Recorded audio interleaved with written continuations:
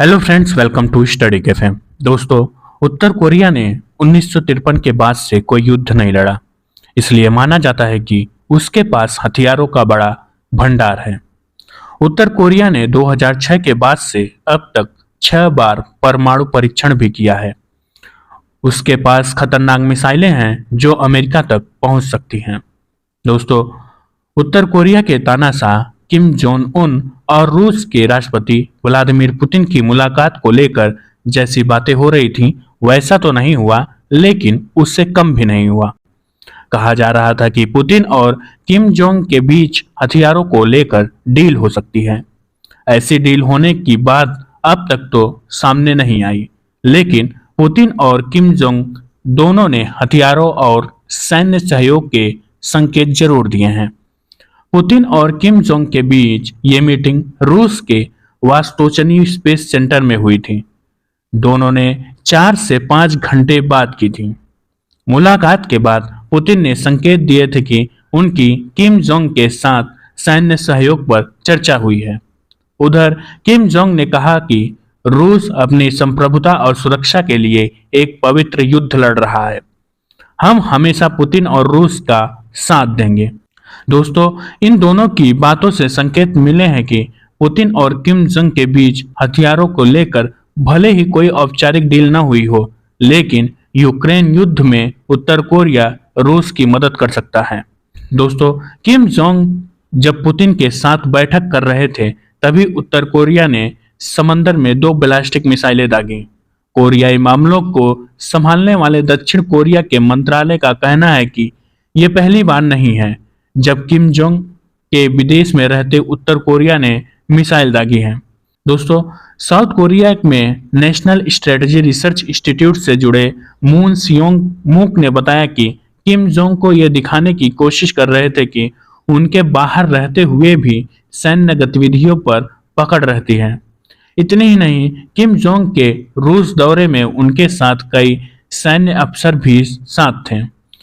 दोस्तों, पिछले साल 22 फरवरी को जब पुतिन ने सैन्य अभियान बताकर यूक्रेन के खिलाफ जंग का ऐलान किया था, तब किसी को उम्मीद नहीं थी कि ये इतनी लंबी खिंच जाएगी।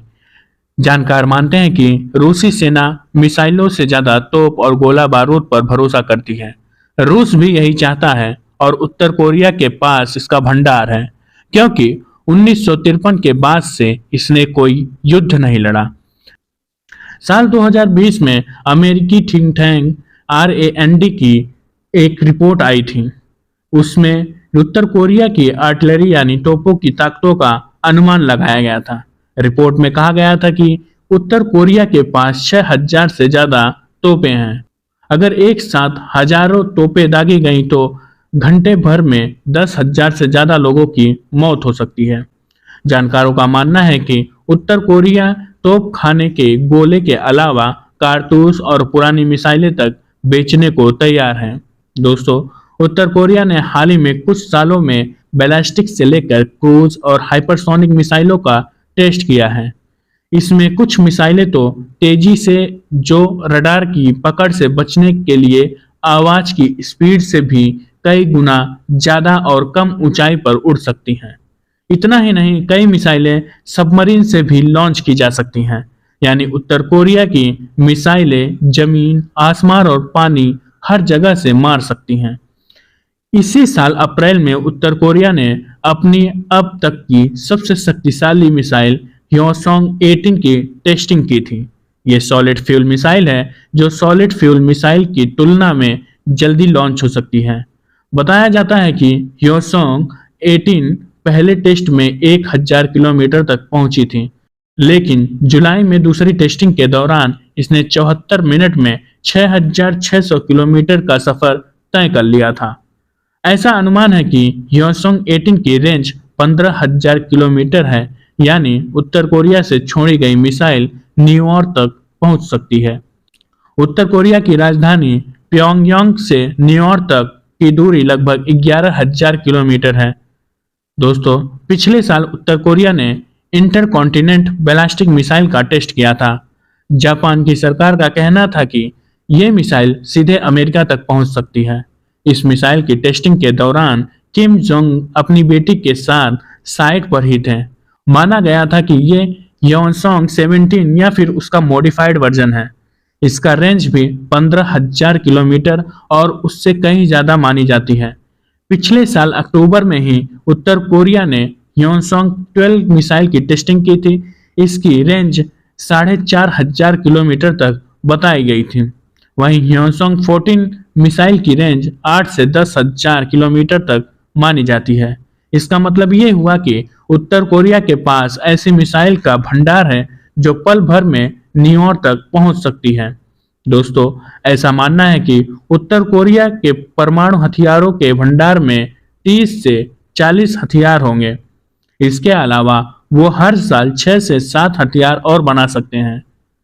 साल 2003 में उत्तर कोरिया परमाणु अप्रसार संधि से पीछे हट गया था और उसके बाद 2006 से लेकर 2017 के बीच उसने 6 बार परमाणु हथियारों की टेस्टिंग की थी।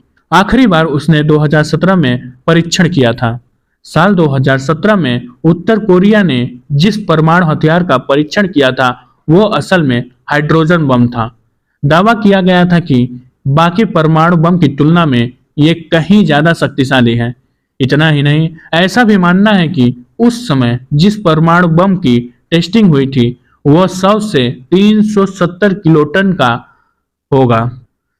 100 किलोटन का परमाणु बम हिरोशिमा पर गिरे बम से 6 गुना ज्यादा ताकतवर है। इसी साल मार्च में किम जोंग ने न्यूक्लियर वेपन इंस्टीट्यूट का दौरा किया था। ये वो जगह है जहां उत्तर कोरिया के परमाणु हथियार रखे हैं। इसकी तस्वीरें उत्तर कोरिया की सरकारी न्यूज एजेंसी KCNA ने जारी की थी। दोस्तों, चिंता की बात यह भी है कि उत्तर कोरिया ने छोटे छोटे परमाणु हथियार भी बनाए हैं जिन्हें कम दूरी की मिसाइलों में तैनात किया जा सकता है। दोस्तों, 2018 में उत्तर कोरिया ने दावा किया था कि उसने पुंगेरी साइट को बंद कर दिया है। ये वही साइट है जहां उसने 6 बार परमाणु परीक्षण किया। पिछले साल इंटरनेशनल एटॉमिक एनर्जी एजेंसी के प्रमुख राफेल ग्रासी ने कहा था कि पुंगेरी साइट को दोबारा खोल दिया गया है। दोस्तों, उत्तर कोरिया के पास हथियार जरूर है, लेकिन इसका मतलब ये नहीं कि ये सब पुतिन को दे देंगे। दोनों ही देश अपने अपने हित देखेंगे। पुतिन को भी किम जोंग से ये सब नहीं चाहिए। रूस की रुचि तोपखाने और गोला बारूद पर है। इसके अलावा हथियारों को लेकर डील करना पुतिन के लिए इसलिए भी थोड़ी परेशानी बढ़ा सकता है क्योंकि उत्तर कोरिया पर कई सारे प्रतिबंध हैं। उत्तर कोरिया पर अपने हथियारों को बेचने पर प्रतिबंध लगा है। दोस्तों, न्यूज एजेंसी के मुताबिक किम जोंग से मुलाकात के बाद सैन्य सहयोग वाली बात को टालते हुए पुतिन ने कहा, कुछ प्रतिबंध हैं जो रूस उनका पालन कर रहा है। कुछ चीजें हैं जिन पर हम बात कर रहे हैं, सोच रहे हैं। रूस एक आत्मनिर्भर देश है, लेकिन हम कुछ चीजों पर चर्चा कर रहे हैं। अमेरिकी विदेश विभाग में सेक्शन कोऑर्डिनेशन ऑफिस के प्रमुख जेम्स ओब्रायन ने कहा कि रूस मदद की तलाश की पूरी कोशिश कर रहा है क्योंकि उसे अपनी सेना को बनाए रखने में परेशानी हो रही है। संयुक्त राष्ट्र के महासचिव एंटोनियो गुटेरेस ने भी कहा कि उत्तर कोरिया पर प्रतिबंध है और सभी देशों को उसका सम्मान करना चाहिए। तो thank you so much guys for watching the video. Like, share and subscribe the channel. Thank you so much.